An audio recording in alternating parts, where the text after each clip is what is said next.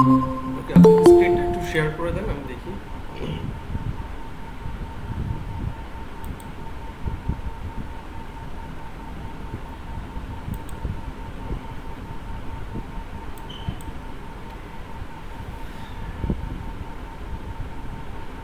আর screen দেখা যাচ্ছে? হ্যাঁ হ্যাঁ, দেখতে পাচ্ছি স্ক্রিন।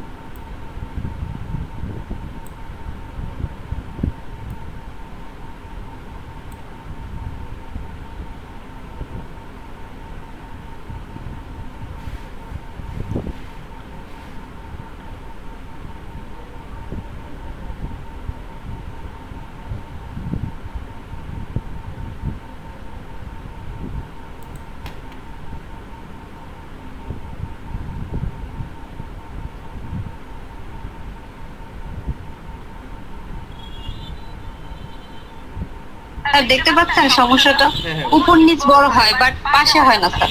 আচ্ছা আচ্ছা, বুঝতে পেরেছি। আচ্ছা ঠিক আছে, আমি একটু দাঁড়ান, দেখি কি করা যায়। আমি একটু আমার স্ক্রিনটা শেয়ার করে দেখাচ্ছি আপনাকে।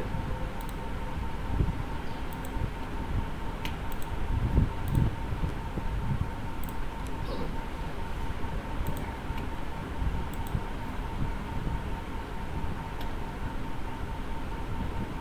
আচ্ছা, আর কারো কোনো প্রবলেম থাকলেও জানাবেন, যদি কোনো সমস্যা থাকে।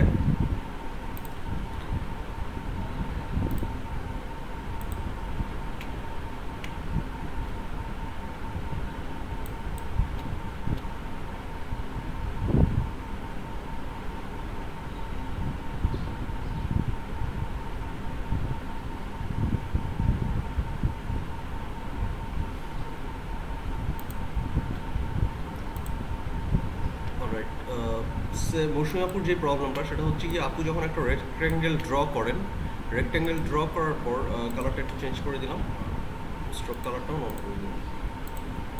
আচ্ছা, রেক্ট্যাঙ্গেল ড্র করার পরে যখন এই উপরের দুইটা পয়েন্টকে সিলেক্ট করে একটু রাউন্ড করে নিয়ে আসে, এরপরে যদি সে ছোট করতে চায় তাহলে ছোট হচ্ছে না। এই যে উপর, এখানে তো ছোট হচ্ছে, তাই না? এটা শিফট ধরে ছোট বড় করছিলেন আপু? জি স্যার। শিফট ধরে ছোট বড় করার পরেও হচ্ছে না। আচ্ছা, আমি আরেকটা রেক্ট্যাঙ্গেল ড্র করি এরকম, দিয়ে এই দুইটার পয়েন্টকে সিলেক্ট করে একটু রাউন্ডেড করে নিই। রাউন্ডেড করে নেওয়ার পরে আমি যদি এখান থেকে শিফট চেপে ছোট বড় করি, ছোট বড় হচ্ছে, ছোট বড় হচ্ছে তো আপু। আচ্ছা, এই এই একটা প্রবলেম মাঝে মধ্যে করে ইলাস্ট্রেটর, এটা অ্যাকচুয়ালি ইলাস্ট্রেটরের প্রবলেম। এই ধরনের প্রবলেম যদি হয়, আমরা দুইটা কাজ করতে পারি। একটা হচ্ছে গিয়ে এই অবজেক্টটাকে সিলেক্ট করে আমরা এই যে ডান পাশে যে কর্নারটা রয়েছে এখানে ক্লিক করে, এই জায়গাটায় ক্লিক করার পর আমরা একটা মেনু পাবো এরকম, একটা ডায়ালগ বক্স আসবে এই অ্যারোতে ক্লিক করলে।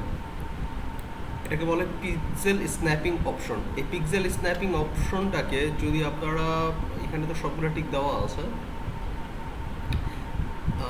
স্ন্যাপ টু পিক্সেল ওয়াইল মুভিং, স্ন্যাপ টু পিক্সেল ওয়াইল ড্রয়িং, স্ন্যাপ টু পিক্সেল ওয়াইল স্কেলিং, এই তিনটাকে আনচেক করে দিবেন। যদি আপনারা ওই ধরনের প্রবলেম ফেস করেন তাহলে এই তিনটা অপশনকে আনচেক করে দিবেন। যদি চেক করা ছিল আমার, আপনারা আনচেক করে দিয়ে একটু ট্রাই করে দেখবেন। আই গেস যে এখন ব্যাপারটা একটু সলভ হওয়ার সম্ভাবনা রয়েছে। যদি এর পরেও সলভ না হয়, আরেকটা বুদ্ধি রয়েছে। সব হ্যাঁ, সবগুলো আনচেক করে দেন, চেক করার দরকার নেই। এরপরেও যদি এই প্রবলেম থেকে মুক্তি না পান বা এই ধরনের প্রবলেম যদি আবার ফেস করতে হয়, যে আপনার সে, আমি দেখাই দিচ্ছি, সে আপনি এরকম একটা শেপ নিলেন, নিয়ে আপনি এখানে এই কর্নারগুলোকে রাউন্ড করে দিলেন। এখন আপনি যদি এটাকে চিকন করতে যান, এটা তো চিকন হচ্ছে তাই না? আবার যদি মোটা করতে চান তাহলে আবার দেখেন আগের মতো হয় নাই কিন্তু। আমি বুঝাইতে পারছি জিনিসটা? জিনিসটা ছিল এইরকম। স্যার হ্যাঁ। আনচেক করে দিচ্ছি তারপরও না, ওই উপর নিচে ছোট বড় হচ্ছে পাশে। আচ্ছা, এটার জন্য আমি আরেকবার দেখাই দিচ্ছি। এখানে দেখেন, আমি এটা ছোট করলাম, চিকন করলাম, এটা রাউন্ডেড হয়ে গেল।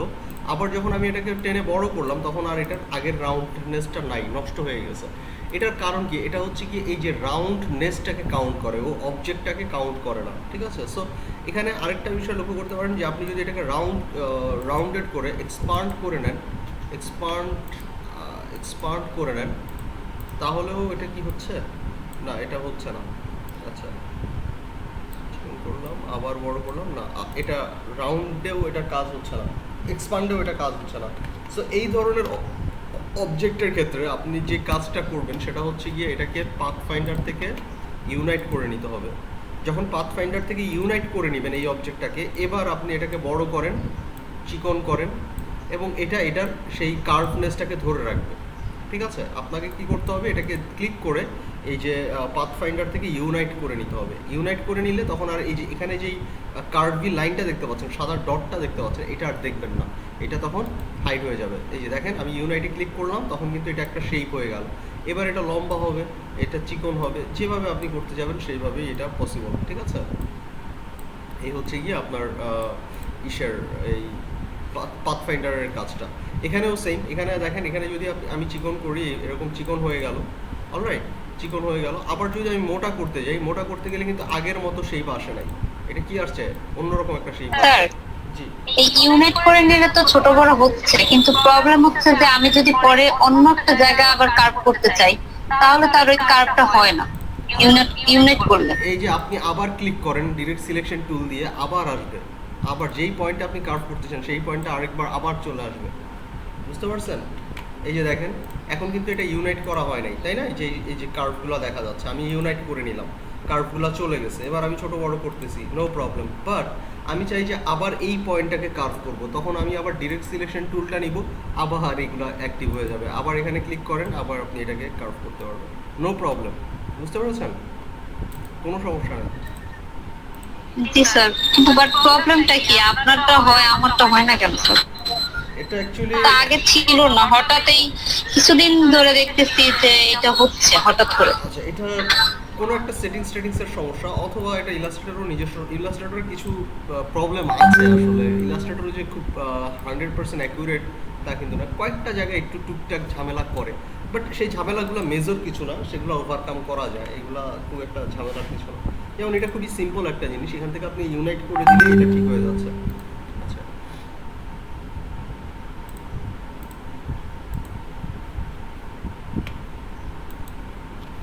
আচ্ছা, আর কোনো প্রবলেম আছে কি, থাকলে আমাকে জানান, তাহলে আমি সলভ করে দিচ্ছি। স্যার, জি, স্যার, আমি একটা লিঙ্ক করে দেখাবো, লিঙ্কটা আপনি find করে দেখাবেন। মানে আমি জানতে চাচ্ছি ওইখানে কিছু শাইনিং ভাব থাকে লোগোর মধ্যে আছে, এটা না আনতে পারতেছি। আচ্ছা, শাইনিং ভাব যে কোনো লোগোতে,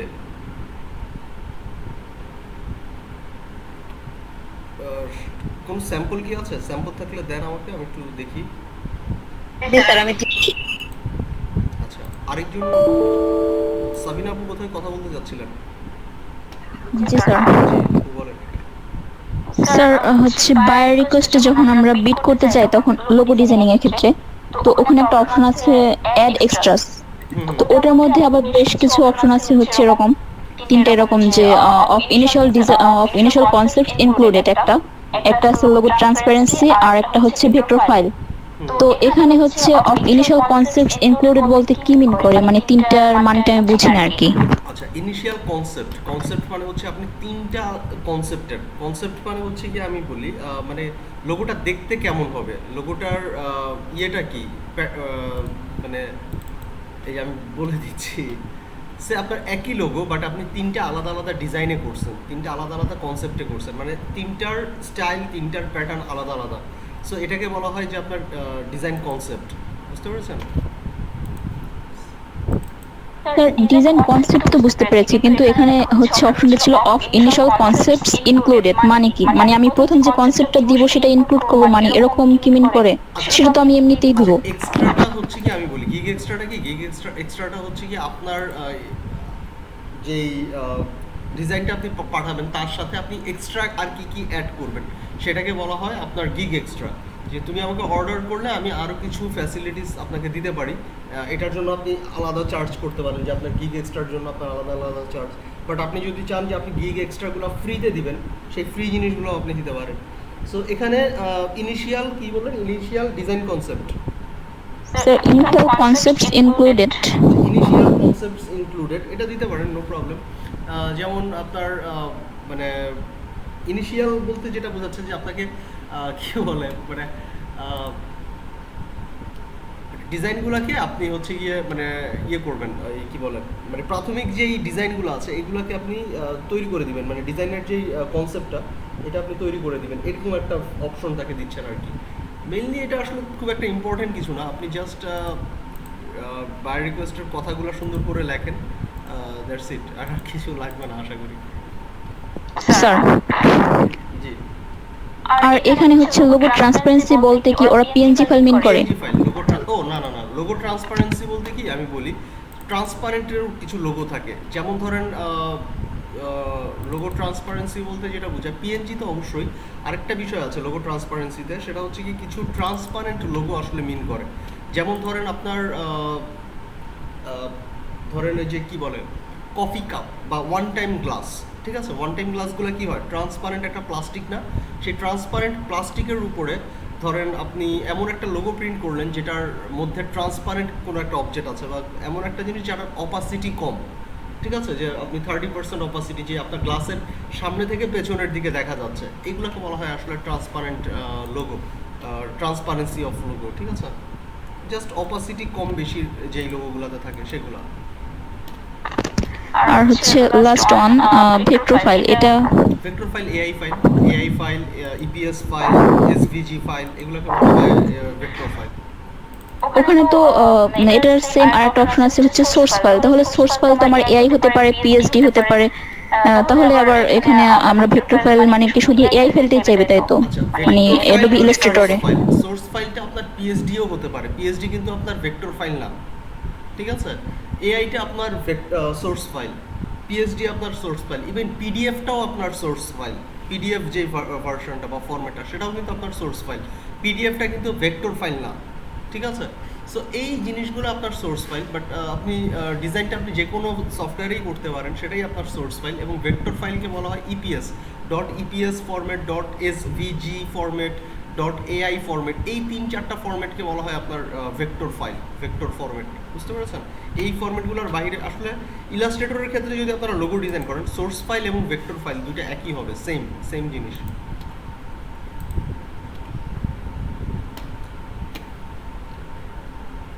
আর কোনো কনফিউশন থাকলে বলতে পারেন।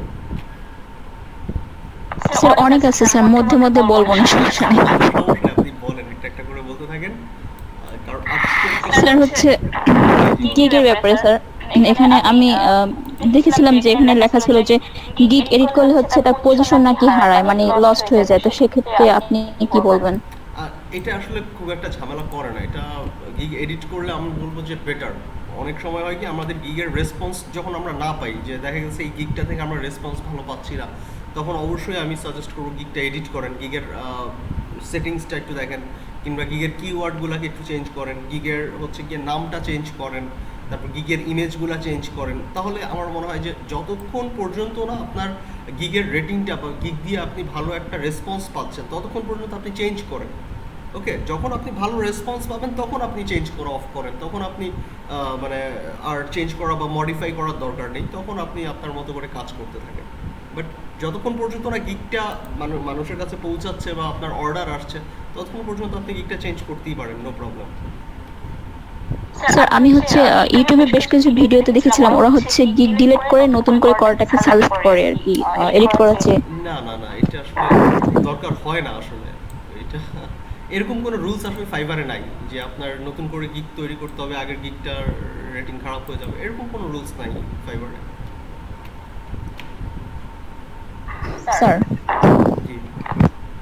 স্যার লোগোর ক্ষেত্রে আমরা হচ্ছে আরজিবি নিয়ে কাজ করি, তো যখন লোগোটা প্রিন্টেড হবে, যদি কখনো হয় যে লেটার হেডে অথবা অন্য কোথাও প্রিন্টেড হলো, তখন তো কালারটা চেঞ্জ হয়ে যাওয়ার একটা পসিবিলিটি থাকে, তো সেক্ষেত্রে কি আমরা সিএমওয়াই কে আর আরজিবি দুটোকে আলাদাভাবে দিব যদি প্রিন্টেড করতে চায় আর কি ক্লায়েন্ট?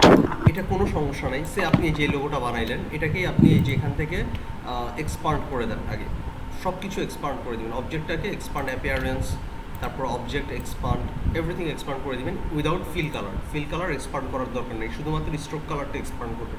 ফিল কালারে যদি গ্রেডিয়েন্ট কালার থাকে তাহলে কিন্তু ঝামেলা, ফিল কালার যদি এক্সপান্ড করেন, সো এই কারণে শুধুমাত্র স্ট্রোক কালারটা এক্সপান্ড করে দিবেন। স্ট্রোক কালারটা এক্সপান্ড হয়ে গেল, এরপরে আপনি যে কাজটা করবেন সেটা হচ্ছে গিয়ে এখান থেকে ফাইলে থেকে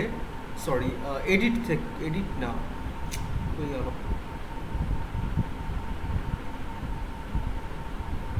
ফাইল থেকে colour mode, colour document colour mode যেটা, এই ডকুমেন্ট কালার মোডটা সিএমওয়াইকে কালারে নিয়ে আসবেন। তাহলে অটোমেটিকভাবে আপনার এখানে যতগুলা কালার রয়েছে সবগুলো অটোমেটিকভাবে সিএমওয়াইকে কালার মোডে চলে আসবে। সো এটা নিয়ে খুব বেশি ঝামেলা করতে হবে না। এখানে আপনি কালারটা সিএমওয়াইকে এবং আরজিবি দুইটা কালার, এমন না যে আপনার এখানে অরেঞ্জ কালার দিয়েছেন আরজিবিতে, সিএমওয়াইকেতে যে এটা অরেঞ্জ থাকবে না, এটা অন্য কোনো কালার হয়ে যাবে, এরকম না। আপনি সিএমওয়াইকে তো ওটা এটা অরেঞ্জ, আরজিবিতেও এটা অরেঞ্জ, আপনি মনিটরে সেম জিনিসই দেখতে পাবেন। বাট এখানে হালকা কিছু চেঞ্জ হয়, যেটা আসলে আমরা অতটা ভালো মতো বুঝতে পারি না, ঠিক আছে, মানে অত ক্লিয়ারলি বোঝা যায় না, খুবই খুবই হালকা একটা চেঞ্জ হয়, মানে কালারের হালকা একটা চেঞ্জ হয়, খুব বেশি যে চেঞ্জ হয় তা কিন্তু না। এটা আপনারা খালি চোখে দেখতে পারবেন না বা বুঝতে পারবেন না যদি না আপনার চোখের মানে দৃষ্টি অনেক বেশি পাওয়ারফুল হয়। যেমন এখানে আপনি এখন যদি কি বলে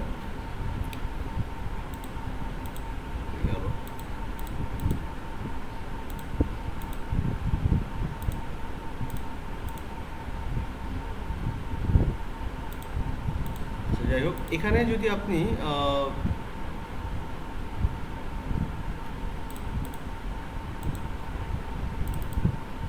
এখানে যদি আপনি ডাবল ক্লিক করেন, অ্যাকচুয়ালি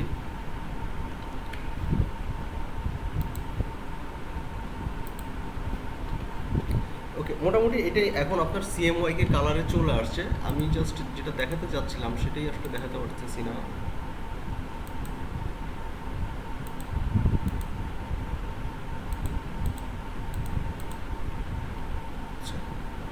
এই যে কালারটা, হ্যাঁ এই যে দেখেন এই কালারটা বা এই কালারটা যদি আপনি ক্লিক করেন, ক্লিক করলে এটা এখন আরজিবিতে আছে, ঠিক আছে, আরজিবিতে আছে। এখন আপনি যদি এটাকে কালার টোনটাকে আপনি সিএমওয়াইকে করে দেন, এই যে সিএমওয়াইকেতে চলে আসলো, আপনার কালারটা কিন্তু এটাই, বাট এই যে সিএমওয়াইকে, সি মানে কি সায়ান, সায়ান থাকবে এখানে 0%, মেজেন্টা থাকবে হচ্ছে কি 75%, ইয়েলো থাকবে হচ্ছে গিয়ে আপনার 88.67% এবং ব্ল্যাক থাকবে 0%। সো এই যে কালার কম্বিনেশন, এই এম এবং ওয়াই, এই দুইটার কালার কম্বিনেশন মিলেই কিন্তু আপনার এই অরেঞ্জ কালারটা হয়েছে। দেখেন এম ফর মেজেন্টা, মেজেন্টা মানে হচ্ছে কি আপনার লালের কাছাকাছি একটা কালার, তাই না, মানে এটা হচ্ছে গিয়ে মেরুন বা মানে লাল, গাঢ় লাল টাইপের একটা কালার মেজেন্টা। এই যে দেখেন মেজেন্টা কালার কোনটা, মেজেন্টা কালার হচ্ছে এইটা, এই যে এইটা হচ্ছে গিয়ে মানে মেজেন্টা কালার বলে আর কি, এটাকে এই কালারটাকে বলা হয় মেজেন্টা কালার। এই মেজেন্টা এবং ইয়েলো কালার, এটা তো ইয়েলো কালার, এই যে এটা হচ্ছে ইয়েলো কালার, তাই না, ইয়েলো 100% দিলে দেখবেন ইয়েলো কালার।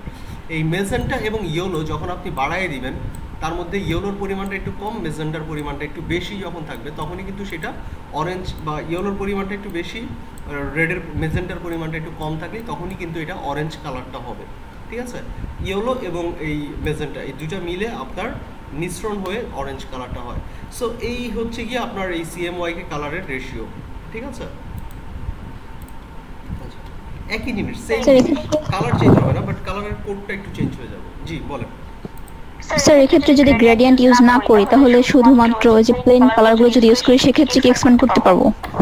আচ্ছা, গ্রেডিয়েন্টের ব্যাপারে আমি একটু বলে দিই। গ্রেডিয়েন্টের সমস্যাটা কি, গ্রেডিয়েন্ট কালারটা অ্যাপ্লাই করার আগে এক্সপান্ড করে নেবেন।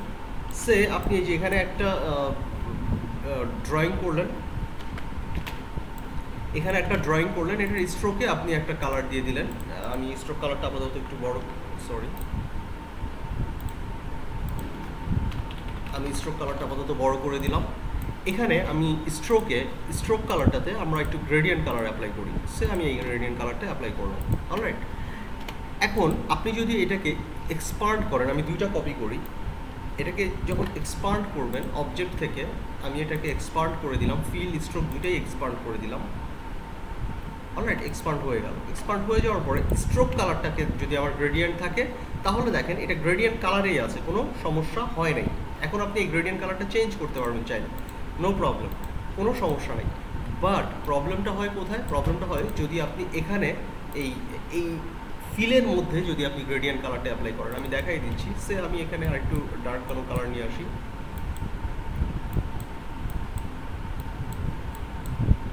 এরকম, এটাকে একটু ডার্ক করে দিই।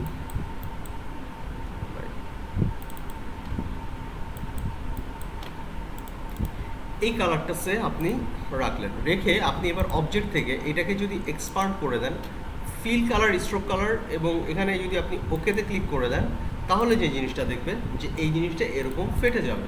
ফিল কালারটা শুধুমাত্র ফিল কালারের ক্ষেত্রে, ফিল কালারে যদি আপনি গ্রেডিয়েন্ট কালার ব্যবহার করেন সেই ক্ষেত্রে এটা কিন্তু ফেটে যাচ্ছে, তাই না? এটা এই যে দেখেন দাগ দাগ হয়ে গেছে। জিনিসটা যখন প্রিন্টে আসবে, প্রিন্টে আসার পরে দেখবেন যে জিনিসটা এরকম বাজে দেখাচ্ছে। আপনার এক্স্যাক্ট অ্যাকুরেট যে গ্রেডিয়েন্টটা আপনি অ্যাপ্লাই করেছেন সেগুলো প্রত্যেকটা একটা লাইন হয়ে গেছে, এই যে এক একটা লাইন বাই লাইন হয়ে গেছে, লাইন তৈরি হয়ে গেছে। সো এই হচ্ছে গিয়ে প্রবলেম। সো এইসব ক্ষেত্রে আপনি যে কাজটা করবেন, এইসব ক্ষেত্রে গ্রেডিয়েন্ট কালার অ্যাপ্লাই করার আগে আপনি এটাকে এক্সপোর্ট করে নেবেন, হয়ে গেল, এক্সপান্ড করে নেবেন। এক্সপান্ড ওকেতে ক্লিক করে দিলেন, এক্সপান্ড হয়ে গেল। হয়ে যাওয়ার পরে আপনি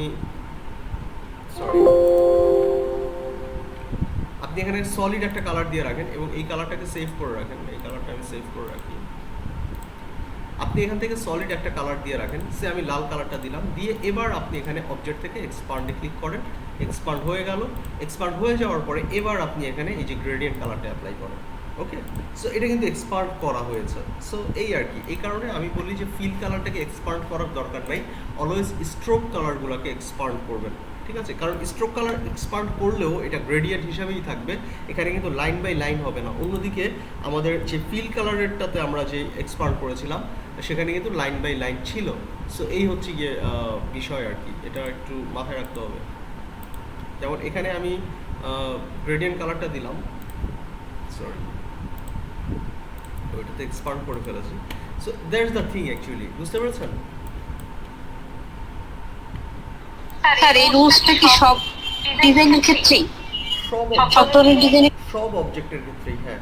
তবে এক্সপান্ড কেন করবেন? এক্সপান্ডটা করবেন শুধুমাত্র প্রিন্ট রিলেটেড জিনিসগুলোর জন্য এক্সপান্ড করুন, বাকি জিনিসের জন্য এক্সপান্ড করার দরকার নাই তো, তাই না? যেমন আপনি যদি সোশ্যাল মিডিয়া ডিজাইন করেন, ব্যানার করেন, কিংবা মানে অনলাইনের জন্য কোনো প্ল্যাটফর্ম করেন, যে আপনি লিঙ্কডইনের জন্য একটা ডিজাইন করলেন, কিংবা ইনস্টাগ্রামের জন্য একটা ফ্রেম রেডি করলেন, কিংবা ফেসবুক কভার, ফেসবুক পোস্ট, কিংবা টুইটারের জন্য, বা যে কোনো প্ল্যাটফর্মের জন্য, গুগলের জন্য, ইউটিউবের থাম্বনেল, সেখানে তো আপনার আসলে এগুলার এক্সপান্ড করার দরকার নেই।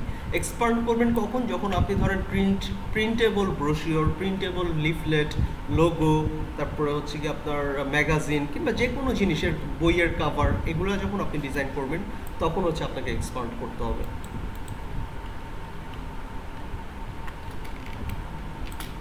স্যার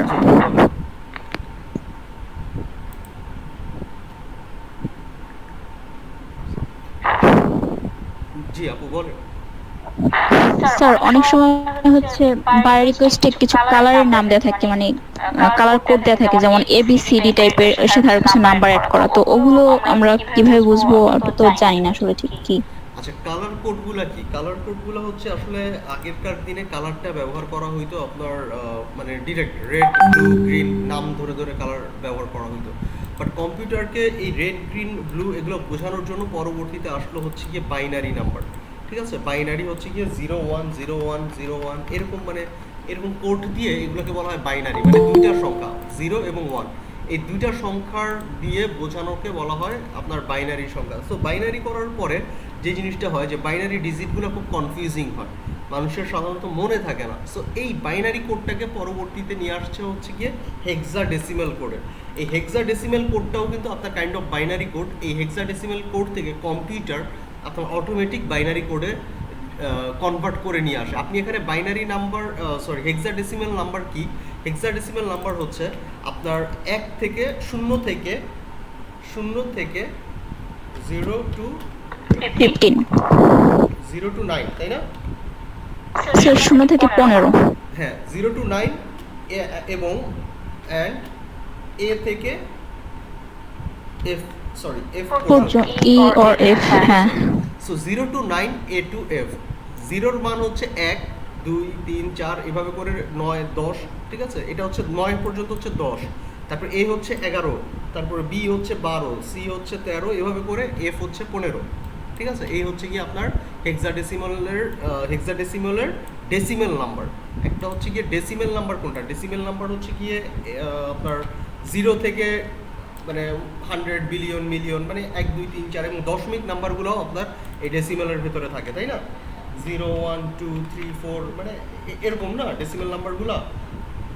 সে ডেসিমাল আমরা ডে টু ডে ইউজ করি যেটা সেটা ডেসিমাল আর হচ্ছে আমরা নর্মালি যেই সংখ্যাটা ব্যবহার করি কাউন্ট করার জন্য সেটাকে আমরা বলি ডেসিমাল। এখানে আপনার ভগ্নাংশ থাকতে পারে, এখানে আপনার ফ্র্যাকশন নাম্বার থাকতে পারে, মানে যে কোনো নাম্বার থাকতে পারে ডেসিমালের, নো প্রবলেম।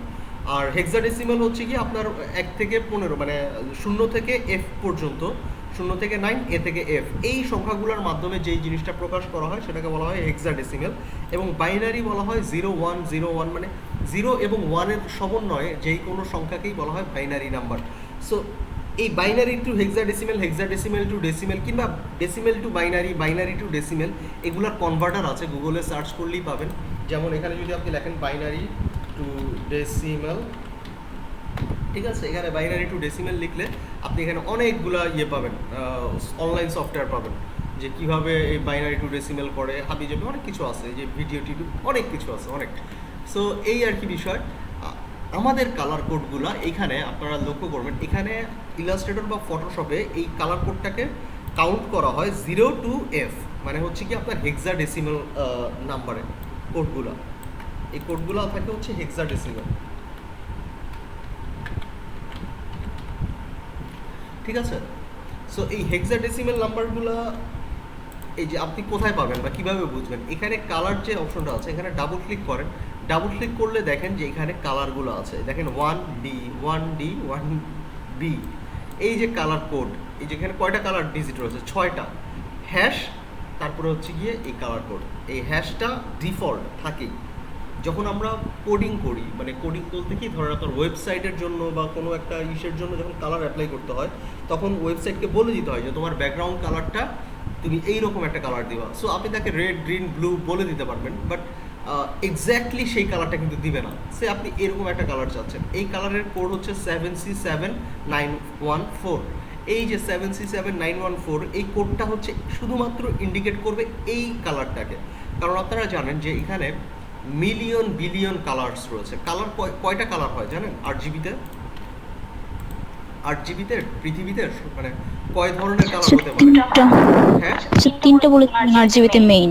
RGB-র মৌলিক কালার 3টা, যেমন রেড গ্রিন ব্লু, তাই না? সো এই 3টা কালারকে মিশ্রণ করে আমরা কয়টা কালার পেতে পারি, কোনো আইডিয়া? স্যার আচ্ছা, এটা আমি একটু বলে দিই। এখানে একটা জিনিস লক্ষ্য করেন, এখান থেকে আমরা যদি কালারটাকে RGB-তে নিয়ে আসি, RGB-তে নিয়ে আসলে আপনি দেখবেন যে এখানে 255 পর্যন্ত আনতে পারবো আমরা। গ্রিন রেডটাকে কত পর্যন্ত আনতে পারবো? 255। গ্রিনটার ভেতরে কয়টা কালার আছে? 255টা কালার আছে। ব্ল্যাকের মধ্যে কয়টা কালার আছে? 255টা কালার আছে।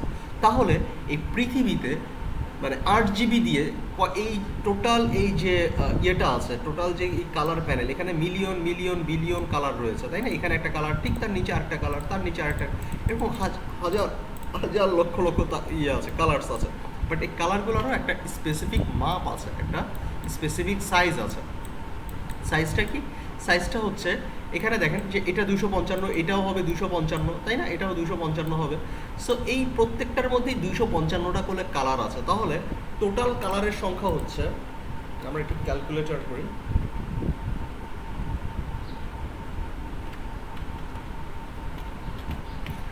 টোটাল কালার হবে এই 255 ইন্টু 255 ইন্টু 255। কত?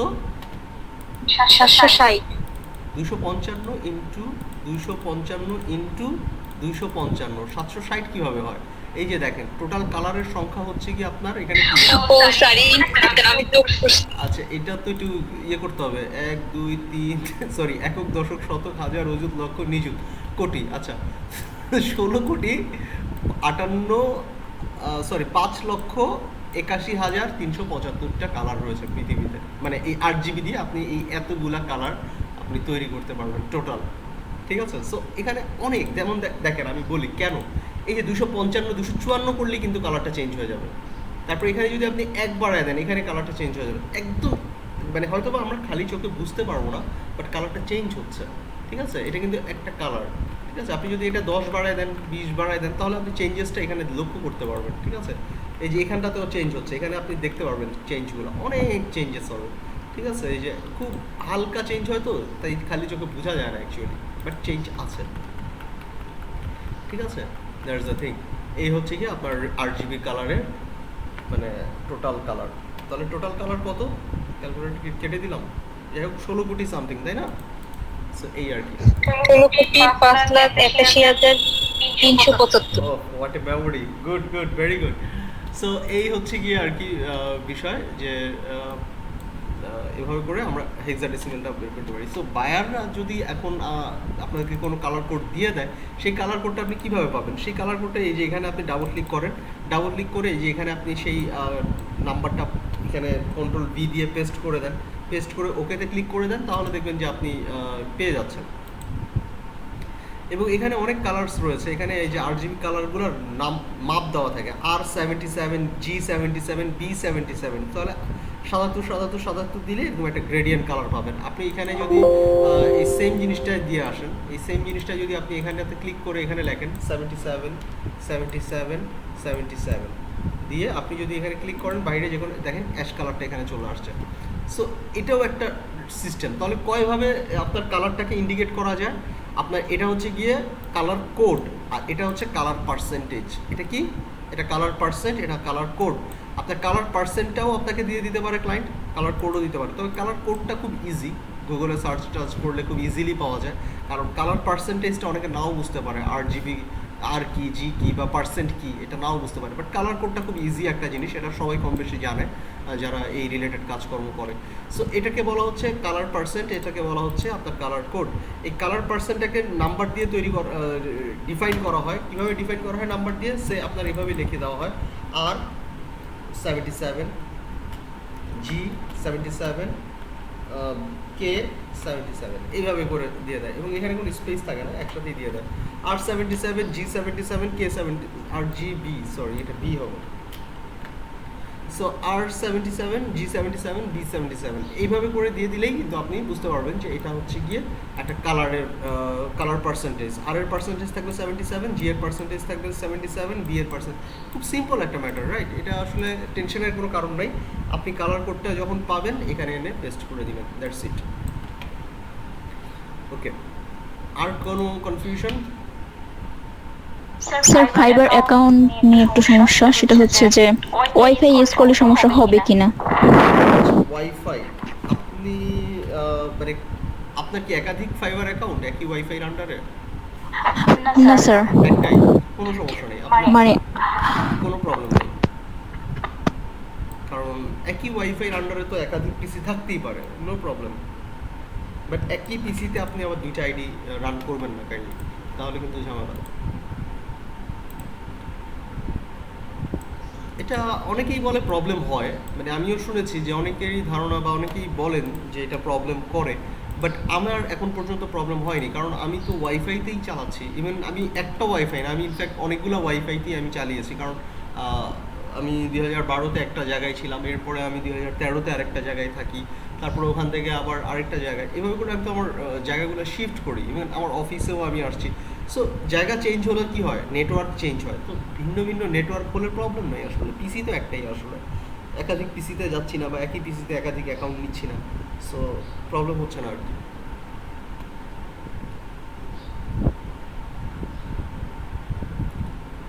আর কোনো প্রশ্ন? স্যার আপাতত মনে পড়লে আমি জিজ্ঞাসা করবো। স্যার আপনি বলছিলেন যে গিগের ক্ষেত্রে আমাদের ক্যাটাগরি গুলো আসলে ঠিকভাবে ফলো করতে হবে। এখন আমি যে ওয়েবসাইট ইউআই ডিজাইনটা করেছিলাম, ওইখানে যে ক্যাটাগরিটা, ওইখানে কি ক্যাটাগরি দিব স্যার? আচ্ছা, ওয়েবসাইটের ক্যাটাগরিটা একটু ইয়ে করে দেন আপনারা, মানে আপনারা যেটা দিয়েছেন ওয়েব ডিজাইন অ্যান্ড ডেভেলপমেন্ট, এই টাইপের কোনো একটা ক্যাটাগরি দিয়েছেন বোধ হয়, তাই না? Web design actually. আর এছাড়া তো ওইখানে ছিল ওয়েব এবং মোবাইল ডিজাইন। এখন স্যার ওইখানে আর কোনো ক্যাটাগরি নাই যে ওই রিলেটেড দিব? না না, আপনি কি শেয়ার করবো? আমি আপনাদের ইউআই ইউএক্স নিয়ে একটা ক্যাটাগরি আছে, ইউআই ইউএক্স এর উপরে, বুঝতে পারছেন? আমি কি একটু শেয়ার করে দেখাবো আপনাকে? হ্যাঁ দেখান, নো প্রবলেম। আচ্ছা আমি একটু পজ করে দিই, হ্যাঁ, যেহেতু আপনি আপনার পার্সোনাল অ্যাকাউন্ট শো করবেন। সো ইমেল টেমপ্লেটটা কি, ধরেন আমাদের কাছে অনেক ইমেল আসে না আমাদের ইয়েতে যে আজই রেজিস্ট্রেশন করুন কিংবা এই ধরনের কিছু, কিংবা দারাজ থেকে স্পেশাল অফার কিংবা বিভিন্ন অর্গানাইজেশন থেকে মেইল আসে, যেখানে আপনারা দেখতে পারবেন যে একটা সুন্দর একটা ইমেল, একটা এই যে বিভিন্ন টেক্সট থাকে, এখানে আপনি ভিউ মোর, তারপরে সি ডিটেলস, যেমন ইনফ্যাক্ট আমাদের পেওনিয়ার থেকেও তো আমাদের কাছে মেইল এসছে, তাই না? পেওনিয়ার, তারপরে হচ্ছে গিয়ে ফ্রিল্যান্সার, বিভিন্ন জায়গা থেকে আমাদের কাছে মেইল আসে না? সে আপনি যে কোনো জায়গা থেকে আমাদের কাছে মেইল আসে, যেখানে হচ্ছে সুন্দর সুন্দর এরকম ডিজাইন করা থাকে মেইলের ভেতরে। মেইলের ভেতরে ঢুকলে মনে হয় যে আপনি একটা ওয়েবসাইটে ঢুকছেন। সেখানে আপনি ইমেজ দেখতে পাবেন, এখানে বাটন দেখতে পারবেন, অনেক কিছু আছে। এই জিনিসটাই হচ্ছে অ্যাকচুয়ালি আপনার ইমেল টেমপ্লেট, ঠিক আছে? ইমেল টেমপ্লেটটাও দেখতে অনেকটা ওয়েবসাইটের মতো, যেখানে ইমেজ থাকে, ক্লিকেবল লিঙ্ক থাকে, একটা ল্যান্ডিং পেজ থাকে। সো এটা হচ্ছে কি আপনার ইমেল টেমপ্লেট আর কি, ইমেল পাঠায় ইমেলের ভেতরে। এই ইমেল টেমপ্লেটগুলো আমরা সাধারণত কী করি, আপনার কোডিং করে একটা ইয়ে করে রাখি আর কি, মানে সেভ করে রাখি। কোডিং বলতে কি, আপনি ডিজাইনটা আপনি করে দিবেন, আপনার ডিজাইনটার উপরে ডিপেন্ড করে টুকটাক কিছু কোডিং করে দেন হচ্ছে গিয়ে তারা এটা ইমেইলের মাধ্যমে পাঠাবে। তাহলে যারা এই ইমেলটা পাবে তারা হচ্ছে গিয়ে কাইন্ড অফ এই এখানে যে ফিচারগুলো আছে সেই ফিচারগুলো সে অ্যাপ্লাই মানে ব্যবহার করতে পারবে। ইমেলের মধ্যে বাটনগুলোকে সে ক্লিক করতে পারবে। দেখি যে এখানে ধরেন এই যে এটা একটা ইমেল, এই ইমেলটা যদি তাকে পাঠানো হয়, সে এই বাটনটাতে ক্লিক করলে সরাসরি এই পেজে নিয়ে যাবে। এই যে গ্র্যাব ইউর 30% ডিসকাউন্ট, এই যে এখানে একটা অফার ক্রিয়েট করে এই অফারটাকে ইমেলের মাধ্যমে পাঠানোর পরে হারি আপ, এখানে জাস্ট ক্লিক করবে, তখনই তাকে এই যে কোম্পানিটা যারা এই ইমেলটা পাঠিয়েছে তাদের ওয়েবসাইটে আপনাকে নিয়ে যাবে। সো এই হচ্ছে কি আর কি ইমেল টেমপ্লেট। আর এখন অবশ্যই ইমেল টেমপ্লেটগুলো আপনারা ইয়ে থেকে ওই ওয়ার্ডপ্রেস, তারপর উইক্স, এগুলোতে আছে, এগুলোতে ফ্রি কিছু প্লাগইনস আছে যেগুলো থেকে আপনারা এই ইমেল টেমপ্লেটগুলো ডিজাইন করতে পারবেন আর কি। এগুলোর কাজ খুব কম আসে আসলে, ইমেল টেমপ্লেটের কাজটা ফ্রিল্যান্সারদের জন্য কিছুটা কম আসে। স্যার ইমেল টেমপ্লেটের সাইজ কত, মানে মাপ কত? বুঝতে পারিনি। ইমেল টেমপ্লেটের নির্দিষ্ট কোনো সাইজ আছে, মাপ আছে? ইমেল টেমপ্লেটের স্পেসিফিক সাইজ না, স্পেসিফিক তেমন কোনো সাইজ নেই। ইমেল তো হচ্ছে কি আপনার মনে করেন যে আমি বলি সে আপনি জিমেইলে যদি যাই আমরা, ইমেলের কোনো স্পেসিফিক সাইজ বলতে কি একটা সাইজ আছে বোধহয়, দাঁড়ান একটু দেখি।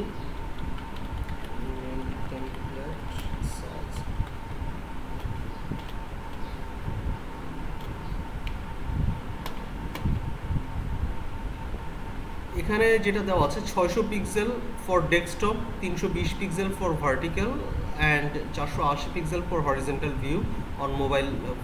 এটা আসলে 600 পিক্সেলের কোনো একটা জিনিস যদি আপনি পাঠান ইমেইলে, সেটা আসলে খুব একটা হাই রেজুলেশনের হবে না। সো এটা অ্যাকচুয়ালি আর একটু বড় করে নিতে হবে আর কি। নর্মাল ইমেল টেমপ্লেট আমরা ওয়েবসাইটের যে মাপটা নিয়েছি না, সেই মাপেই করলেই হবে, সেই মাপে করলেই জিনিসটা খারাপ লাগবে না, হবে, নো প্রবলেম। এটার জন্য স্পেসিফিক কোনো মাপ আসলে ফলো না। স্যার ওয়েবসাইটের জন্য তো মাপটা অনেক বড় স্যার। ওইটা সমস্যা নেই, ও ইমেল কি করবে, ইমেল আপনার এটাকে মার্জ করে নেবে টেমপ্লেটটা, বুঝতে পেরেছেন? মানে অটোমেটিক ও এটাকে সাইজ করে বসাই দিবে। এটা খুব একটা কঠিন কাজ না, আমি দেখাই দিচ্ছি। জি স্যার। আমি অবশ্য ইমেল টেমপ্লেট নিয়ে কাজ করা হয়েছে কি না, ইমেল টেমপ্লেট নিয়ে আমি ফ্লাইয়ার টাইপের ওইটা নিলে হ্যাঁ, আপনি 1080 পিক্সেলও নিতে পারেন। না স্যার পড়া হয়। আর এটারও সেম ওয়েবসাইটের মতো, এটার আপনার পাশটা একটু মানে যেই সাইজই নেন, হাইট কোনো ম্যাটার না, হাইট আপনি ইচ্ছা মতো নিতে পারবেন, হাইট আপনার যতটুকু দরকার ততটুকুই নিতে পারবেন, কোনো সমস্যা নেই।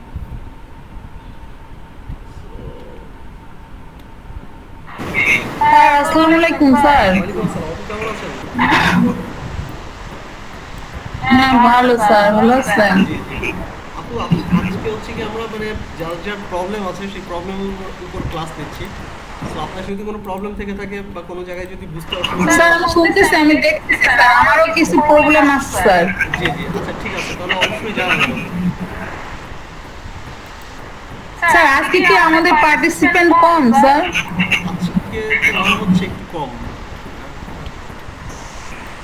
স্যার আরেকটা বিষয় স্যার, আপনার রবিবারে কি হয়েছিল স্যার, অসুস্থ নাকি? না, রবিবারে হচ্ছে আমার এখানে কারেন্ট ছিল না, মানে সকাল থেকে কারেন্ট নাই, আমার ফোনেও চার্জ নাই, যার কারণে আমি যে কারোর সাথে কন্ট্যাক্ট করবো সেটাও করতে পারছিলাম না। কারেন্ট আসছে 12:30টায়। ও আচ্ছা এই আচ্ছা। আর কি অবস্থা। স্যার আপনি কোন রকম ইয়ে না, আমার মানে খুব দুশ্চিন্তা লাগে যে কি হলো স্যারের। না না আলহামদুলিল্লাহ।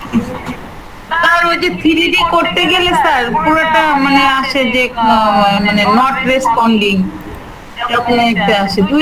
দুইটা ল্যাপটপে চেষ্টা করি স্যার, করতে পারতেছি না। আচ্ছা এটা করার জন্য আমি বলে দিচ্ছি কিভাবে করবেন, সমস্যা নেই। এটা আপনার ওই আচ্ছা ঠিক আছে। র্যাম গুলাতে একটু সমস্যা, আমি দেখাই দিব না, সমস্যা নেই।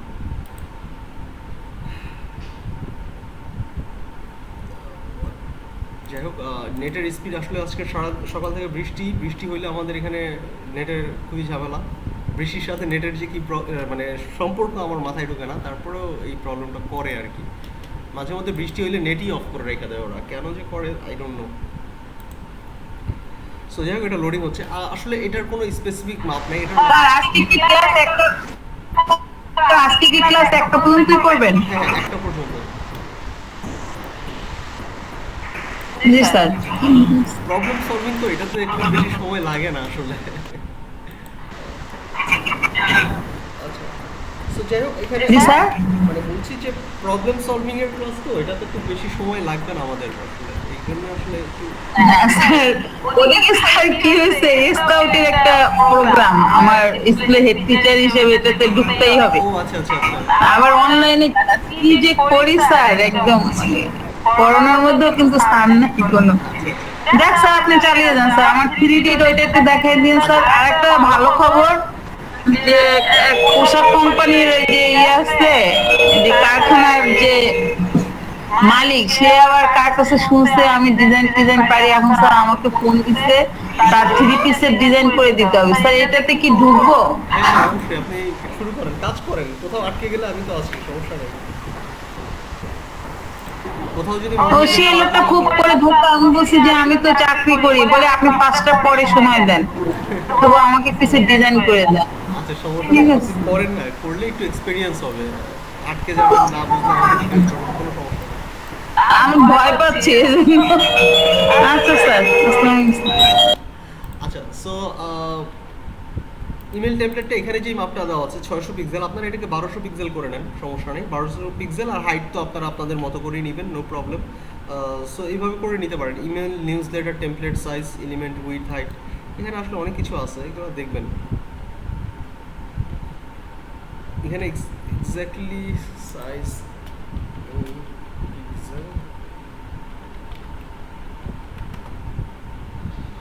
স্যার ডাবল করে নিলেই তো হয়, যেহেতু 600 1200 করে নিই। হ্যাঁ 600 কে 1200 করে নেন, এরপরে হাইটটাকে আপনি আপনার মতো করে নেন, নো প্রবলেম।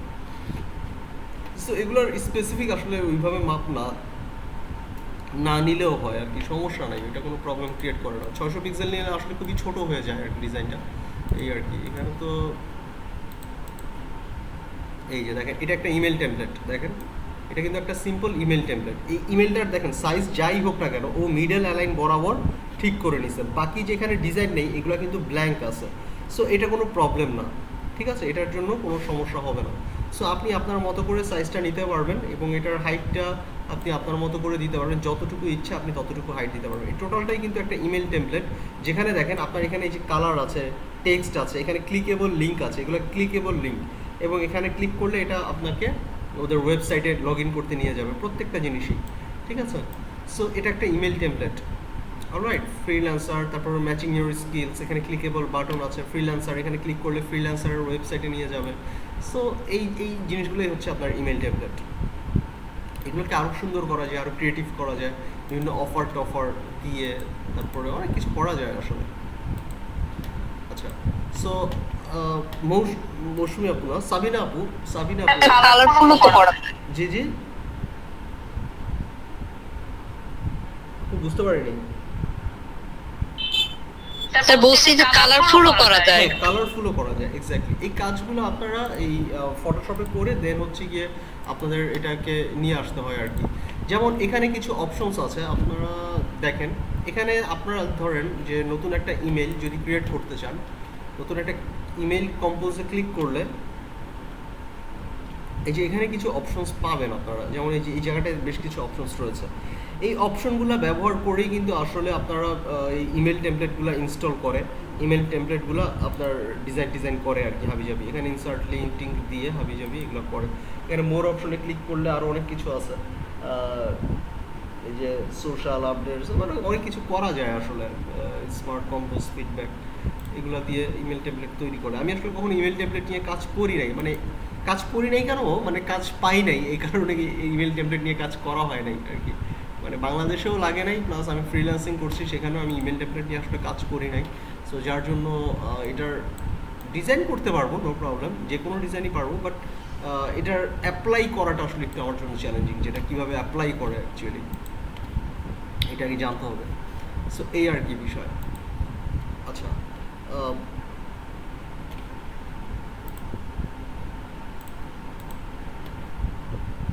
আচ্ছা শাহনাজ আপকে একটু দেখিয়ে দিই। স্যার আমি লোগোটা জি স্যার। এই যে এখানে 3Dর যে জিনিসটা, 3Dর বিষয়টা আমি একটু বলে রাখি। 3Dটা যখন আমরা কাজ করতে যাব 3D অবজেক্ট নিয়ে ইলাস্ট্রেটরের ক্ষেত্রে, সেক্ষেত্রে আমাদেরকে মাথায় রাখতে হবে ইলাস্ট্রেটরের 3D যেই ফিচারটা, এটার জন্য আমাদের পিসির র্যামটা একটু ভালো হইতে হবে। অ্যাটলিস্ট 4GB র্যাম বা 8GB র্যাম হলে আমাদের ভালো হয় আর কি। অনেক সময় কি আমরা 2GBর পিসি ইউজ করি, 2GB র্যামের পিসি, তো সেই 2GB আসলে এই ধরনের ফিচারগুলো সাপোর্ট করতে একটু হিমশিম খায়, একটু কষ্ট হয় আর কি ওর। কারণ আপনারা জানেন কি না জানি না যে ইলাস্ট্রেটরের প্রত্যেকটা জিনিসই কিন্তু র্যামে লোড হয়। যদি গ্রাফিক্স কার্ড থাকে তাহলে গ্রাফিক্স কার্ডে লোড হয়। সো এই স্যার আমারটা তো 4GB RAM sir. 4GB RAM. আচ্ছা, সেক্ষেত্রে আপনি যে কাজটা করবেন, আপনি লক্ষ্য রাখবেন যে আপনি যখন এই 3D নিয়ে কাজ করবেন তখন আপনার আদার্স যতগুলা অ্যাপ্লিকেশন আছে, সে আপনার এই যে উইন্ডোজ এক্সপ্লোরার কিংবা গুগল ক্রোমি কিংবা যে কোনো আপনার যত স্কাইপি যদি থেকে থাকে পিসিতে, যদি স্কাইপি সফটওয়্যারটা ইনস্টল করা থাকে, স্কাইপি সফটওয়্যার অলমোস্ট বলা যায় 25% অফ র্যাম সে দখল করে বসে থাকে। সো এই কারণে স্কাইপি সফটওয়্যারটাকে আপনি এক্সিট করে দিবেন, কোয়াইট করে দিবেন। এই যে এখানে ক্লিক করলে দেখবেন যে এখানে স্কাইপির আইকনটা থাকে, সেখানে রাইট ক্লিক করে কোয়াইট অথবা এক্সিট যে কোনো যেটাই থাকুক না কেন সেটা করে দিবেন, তাহলে সেটা ক্লোজ হয়ে যাবে। আপনার এখান থেকে যেই অপশনগুলো আছে এগুলোকে ক্লোজ করে দিবেন, যেগুলো আপনার প্রয়োজন থাকবে না। জাস্ট রাইট ক্লিক করবেন, এক্সিট লেখা আসবে, এক্সিটে ক্লিক করে দিবেন। যেটা আপনার দরকার নাই রাইট ক্লিক করবেন, এক্সিট বা কোয়াইট যেটাই থাকে, কুইট এটা দিয়ে দিবেন, দেন আপনার এটা চলে যাবে। এভাবে করে আপনি আপনার পিসির র্যামটাকে, মেমোরিটাকে একটু ফ্রি করবেন। এছাড়াও আপনি যে রাইট ক্লিক করবেন এই জায়গাটাতে, আমি আরেকবার দেখাই দিচ্ছি, এই যে এখানে খালি জায়গাটাতে এখানে রাইট ক্লিক করে টাস্ক ম্যানেজারে ক্লিক করবেন। টাস্ক ম্যানেজারে ক্লিক করার পর এখানে পারফরমেন্সে ক্লিক করবেন। পারফরমেন্সে ক্লিক করার পরে আপনি দেখবেন মেমোরি কত পার্সেন্ট আপনার জায়গা দখল করে বসে আছে। সো আপনার মেমোরিটাকে ফ্রি করতে হবে, তাই না? মেমোরিটাকে ফ্রি করার জন্য আমার এখানে 8GB মেমোরি আছে। 8GBর মধ্যে দেখেন 4GB মেমোরি কিন্তু ইন ইউজ, বাকি 4GB কিন্তু এখনও ফাঁকা আছে। সো আমি এখানে কাজ করতে পারবো 4GB নিয়ে। সো আপনার এখানে একটু দেখতে হবে যে আপনার কতটুকু মেমোরি ফাঁকা আছে। মেমোরিটাকে ঠিক করার জন্য এখানে ব্যাকগ্রাউন্ড প্রসেসও থাকে কিছু। দেখেন আমার এখানে স্ন্যাজিটি কিন্তু 46% অফ সিপিইউ। এটা কি স্যার, এটা কি রেকর্ডিং হচ্ছে স্যার? হ্যাঁ, এটা রেকর্ডিং হচ্ছে। সো আমার এখানে এই যে স্ন্যাজিট সফটওয়্যারটা কিন্তু অনেক, এই যে যেটা হচ্ছে রেকর্ডিং হয়, এই স্ন্যাজিট সফটওয়্যারটাই কিন্তু আমার এখানে অনেক বেশি জায়গা দখল করে আছে। আপনারা লক্ষ্য করছেন এখানে প্রায় 46.7% অফ সিপিইউ ইউজ শুধুমাত্র আপনার এই যে স্ন্যাজিট করতেছে। ইলাস্ট্রেটরও কিন্তু এত বেশি করতেছে না। দেখেন ইলাস্ট্রেটর আছে কত পার্সেন্ট, মানে 0%, আর এখানে এই স্ন্যাজিট সফটওয়্যারটা 47% দখল করে বসে আছে। সো এই কারণে আমার কাজ করতে একটু অসুবিধা হয়, কারণ এই স্ন্যাজিট সফটওয়্যারটা অনেক বেশি কী বলে প্রেশার ক্রিয়েট করে র্যামের উপরে। সো এখানে যখন আপনি এই টোটাল এই অ্যাপ্লিকেশনগুলো ক্লোজ করে দিবেন তখন দেখবেন যে আপনার সফটওয়্যারটা ইজি হয়ে গেছে, এবং তখন আপনি খুব সহজেই যে কোনো 3D অবজেক্ট আপনি তৈরি করতে পারবেন। ঠিক আছে? আর 3D অবজেক্টগুলো তৈরি করার ক্ষেত্রে খুব বেশি কমপ্লিকেটেড বা খুব বেশি বড় অবজেক্ট নেবেন না। আমি আরেকবার বলে দিই যে এই যে এখানে আর্টবোর্ডের সাইজটা আমি কিন্তু ছোট করে নিয়েছি, 1200 বা 1500 পিক্সেল করে নিয়েছি, এবং এটার সাইজটা খুব বেশি বড় দিবেন না। যদি আপনি খুব বেশি বড় দিয়ে দেন তাহলে কি হবে, এটা লোড হইতে বেশি জায়গা লাগবে, তাই না? 3D ডিজাইনটা করতে আপনার বেশি জায়গার প্রয়োজন হবে। সো আপনি কি করবেন, এটাকে ছোট করে দিবেন, এটার সাইজটাকে ছোট করে রাখবেন। ছোট করে এবার আপনি এটাকে জুম করে নেন। আপনি এই আর্টবোর্ডটাকে জুম করে নেন, আপনি টোটাল আর্টবোর্ডের মধ্যে এইটাকে জুম করবেন না, এটাকে বড় করার দরকার নেই। এটা হচ্ছে কি আমার 3D অবজেক্ট, তাই না? আমি একটু দেখাই দিই ইফেক্ট থেকে। আপনি 3Dতে ক্লিক করে যদি আমরা রিভলভে ক্লিক করি, রিভলভে ক্লিক করার পরে আমরা এরকম একটা অবজেক্ট, সে আমি এটা দিলাম বা রাইট অবজেক্ট দিলাম, সে আমরা এরকম একটা অবজেক্ট ক্রিয়েট করলাম। সো এটা অনেক বড় একটা অবজেক্ট এবং এটা লোড হইতে র্যামে সময় লাগবে। সো এটাকে আপনি ছোট করে নিয়ে আসবেন, এই যে এতটুকু করে নিয়ে আসলেন। এবার এই এতটুকু বা ছোট এই জিনিসটার লোড হইতে সময় কম লাগবে। এবার আপনি এটাকে জুম করে নিতে পারবেন, নো প্রবলেম, তাই না? আমরা তো জুম করে নিতে দেখতে পারবো, আর এটা তো ভেক্টর, এটা তো ফাটবে না বা এটা ভাঙবে না, তাই না? সো এই হচ্ছে কি বিষয়। এই কয়েকটা বিষয় যদি আপনি ফলো করেন, এই কয়েকটা বিষয় যদি আপনি মাথায় রাখেন, তাহলে আমার মনে হয় যে 3D নিয়ে কাজ করতে গেলে আপনার 3Dর যেই সফটওয়্যারটা এটা হ্যাং করবে না। অলরাইট, সো এটাকে আরও ছোট করে নিয়ে আসতে পারেন, no problem.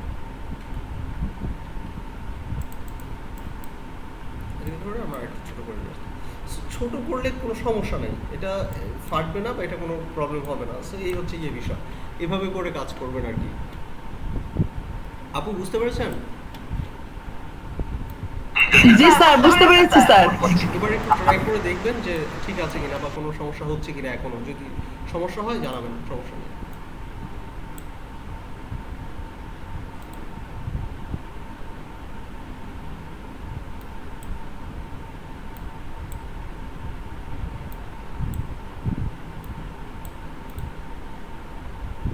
Alright, so sir লোগোটা যদি দেখাই দেন। আচ্ছা, কোনটা, কোন লোগো? আমি তো গ্রুপে দিয়ে দিচ্ছি। আচ্ছা, এই লোগোটা, এই যে এটা একটু শাইনিং টাইপের। আচ্ছা, এটা গ্রেডিয়েন্ট কালার, এটা অ্যাকচুয়ালি দেখাই দিচ্ছি আমি।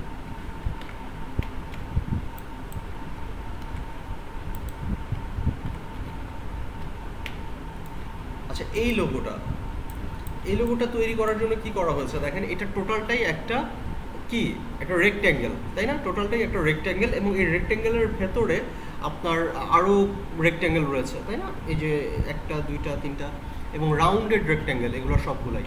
সো এই ধরনের ডিজাইন করার ক্ষেত্রে আমাদেরকে কয়েকটা জিনিস একটু বুঝতে হবে। এটা শেপ, মেজর শেপটা আসলে বুঝতে হবে।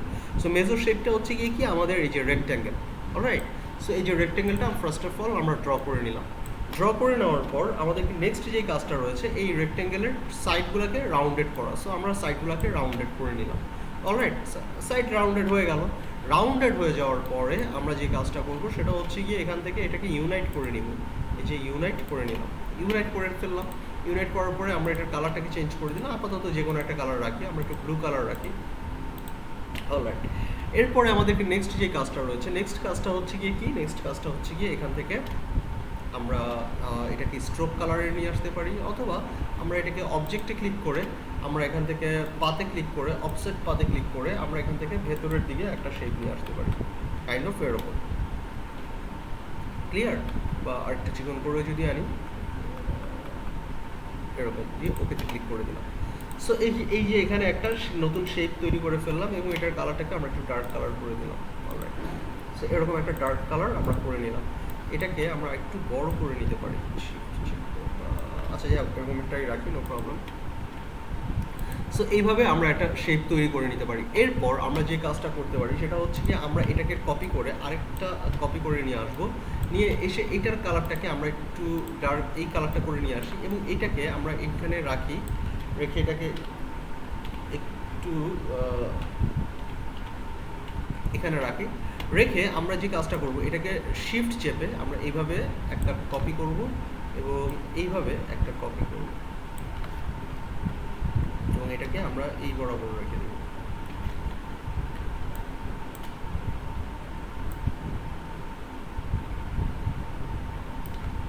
এই একটা শেপ নিলাম এবং এটাকে ধরে উপর থেকে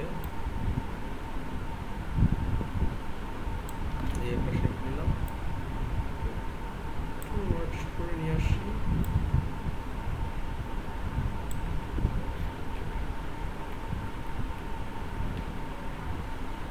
দ্যাটস ইট। সো এই যে এরকম একটা নতুন শেপ আমরা তৈরি করলাম, এখানটাতে একটা বিষয় লক্ষণীয় যে আমরা এবার এই টোটাল শেপটাকে ধরে কি কাজ করব দেখেন। টোটাল শেপটাকে ধরে আমরা এখান থেকে এই শেপ বিল্ডার টুল নিব। তার আগে এটাকে আমরা একটা কপি করব।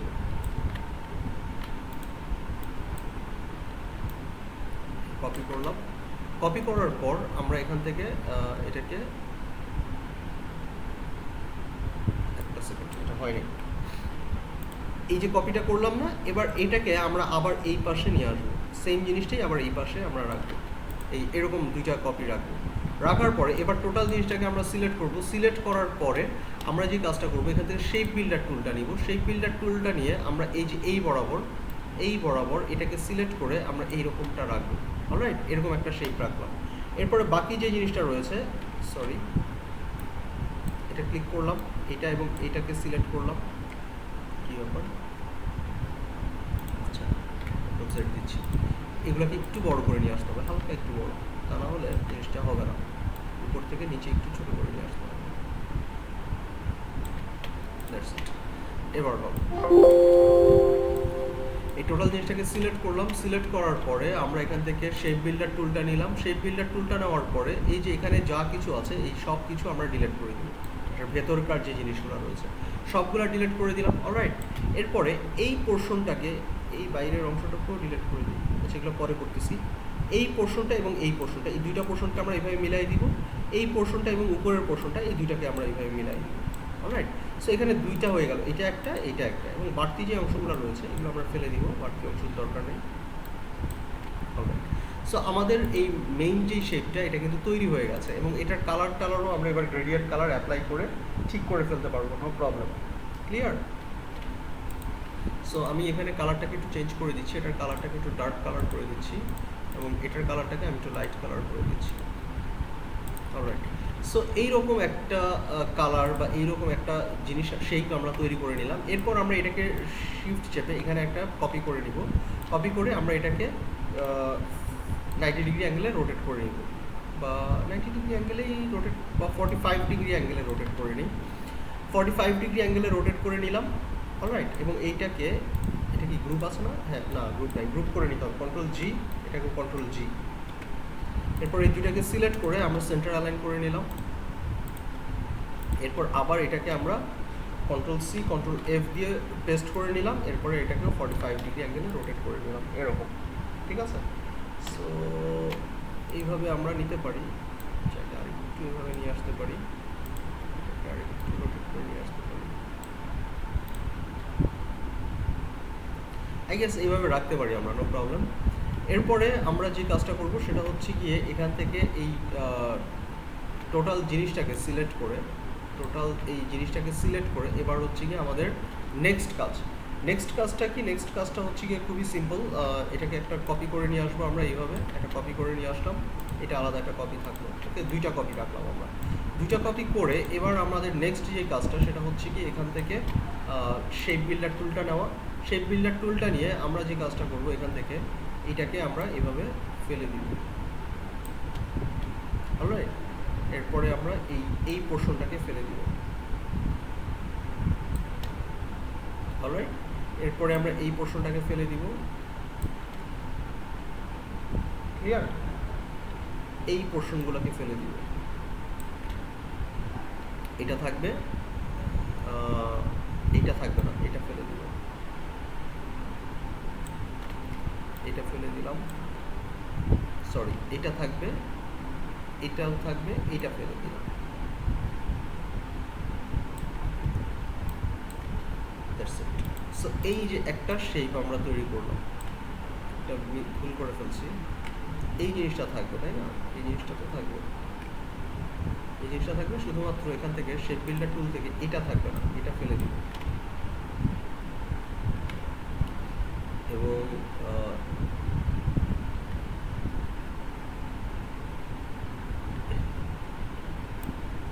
এটা থাকবে না, এটা থাকবে, সরি বারবার মিস্টেক করতেছি, এটা থাকবে, বাট এটা থাকবে না।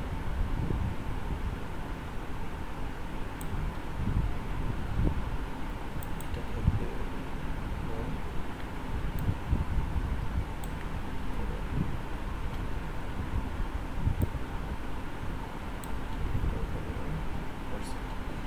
সো এই জিনিসটা থাকবে এবং নিচের যে অংশটা রয়েছে নিচের অংশটা থাকবে না। সো এই যে একটা শেপ আমরা তৈরি করে নিলাম, অলরাইট, এই শেপটা আমরা তৈরি করে নিলাম। এবার যে কাজটা করব আমরা, এই শেপ এগুলোকে সবগুলোকে আনগ্রুপ করে ফেলবো, এই সবগুলোকে আনগ্রুপ করে ফেলবো।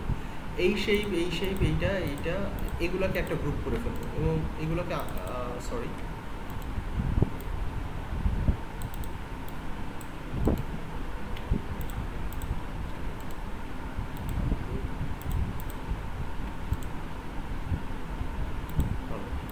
সো এই যে শেপগুলো যে আছে এই শেপগুলোকে টোটালটা সিলেক্ট করে এই শেপগুলোকে টোটালটা সিলেক্ট করে একটা শেপ, এটাকে কন্ট্রোল জি দিয়ে একটা শেপ করে ফেললাম। সরি,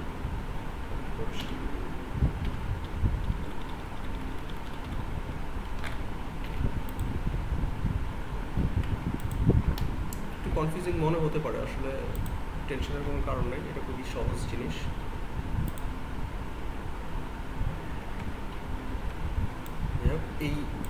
এটা একটা শেপ, তাই না? এই যে এটা একটা শেপ, এটাকে আমরা ইউনাইট করে ফেললাম এবং এটার কালারটাকে আমরা চেঞ্জ করে দিলাম।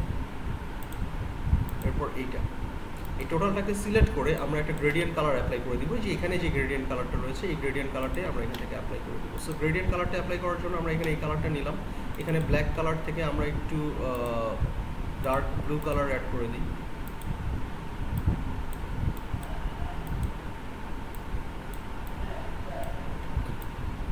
আরও ডার্ক করে দিলাম, ডার্ক ব্লু কালার দিলাম। এরপরে আমরা যে কালারটা দিলাম সেটা হচ্ছে গিয়ে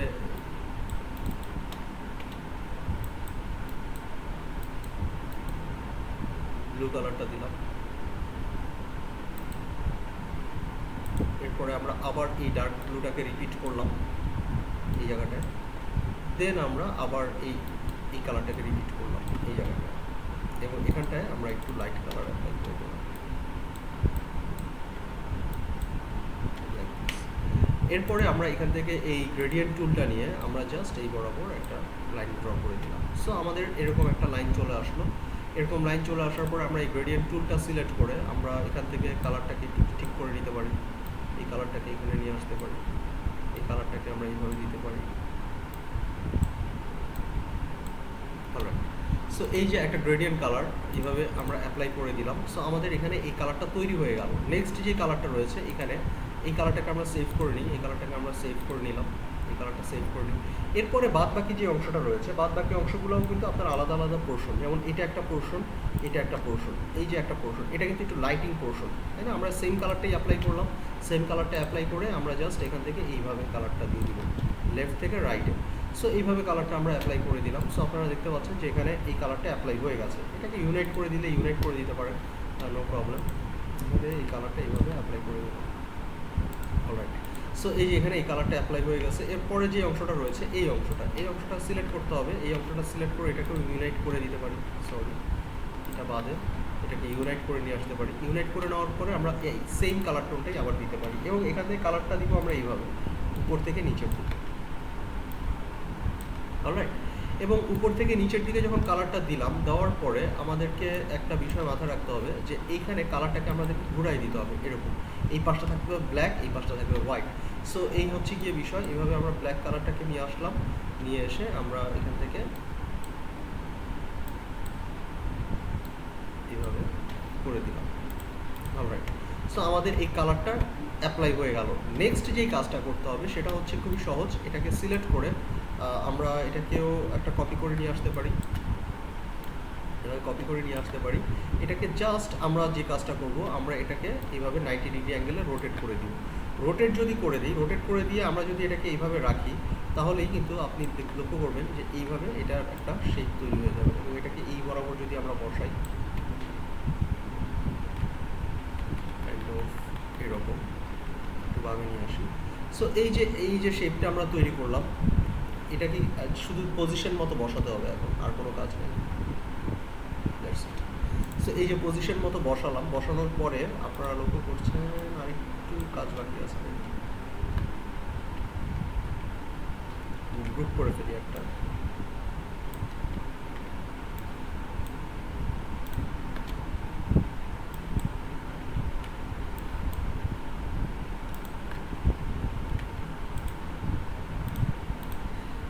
সো দুইটাকে সিলেক্ট করে দুইটা গ্রুপকে সিলেক্ট করে সেন্টার অ্যালাইন করলে কি হচ্ছে হচ্ছে না। সো এটাকে ম্যানুয়ালি করতে হবে। এটাকে সিলেক্ট করে আমরা একটু বামে নিয়ে আসলাম হালকা, দ্যাটস ইট। এবং একটু জুম করে এখান থেকে হালকা একটু উপর দিকে নিয়ে আসি।